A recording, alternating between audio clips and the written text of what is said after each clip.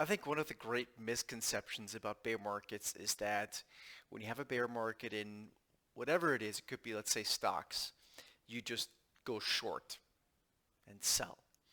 And empirically, that is really not the way to trade bear markets. And now it sounds weird, but there's actually a very specific reason why that doesn't really work. In fact, there's a pretty famous saying out there that talks about how in bear markets, most people lose money, even the bears.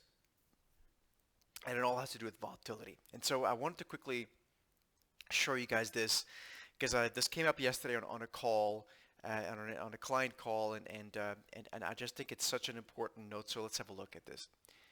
Now, one of the things that people tend to underestimate in our review in bear markets, and I should be clear, as of today, right here, as I'm recording this, we don't actually technically have a bear market by definition in the S&P 500, but I'm going to use it as a proxy because I think a lot of people can follow it and understand. So we're looking at the SPY ETF as an example.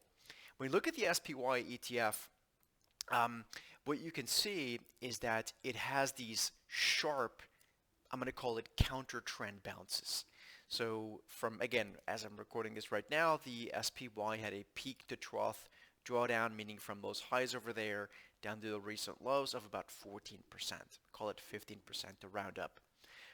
But along the way, we had particularly two very sharp counter trend rallies. The first one there was about 8%, call it 9% actually. And the second one down here was actually closer, closer to 7%. And so what tends to happen is that when people go, first of all, people tend to go short at the wrong time. So, and there's various ways of reading this. You can look at put call sentiment and AII investor sentiment. They tend to get very bearish at the lows. And so they buy puts or they go short or they sell their stocks or whatever. And then what happens is, again, we have a very sharp 6, 7, 8, 9. These rallies can be much sharp. They can be 10, 15%, right? They start to happen. And guess what? The people who sold short or went bearish or in some fashion, they think the correction's over and they get out of that short position just as the next down leg happens. And they do that several times. And you don't have to do that more than 2 or 3 times to have a really bad time in the bear market, even if you're a bear.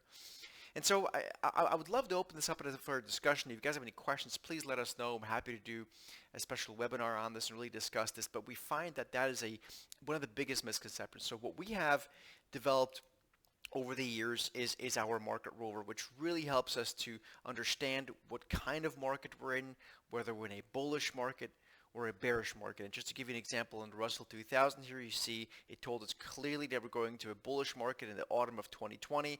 It then clearly told us we were no longer in a bullish market as of late November of 2021. And indeed, since then, the Russell has dropped significantly. So, I think having a tool and a process like that is really important, which is also why we're going to do a special webinar this week where we're going to showcase exactly how we're using our market rover, not only for trends, understand where there's a new trend, when a trend ends, but also from a trading perspective as well. I'll see you guys there.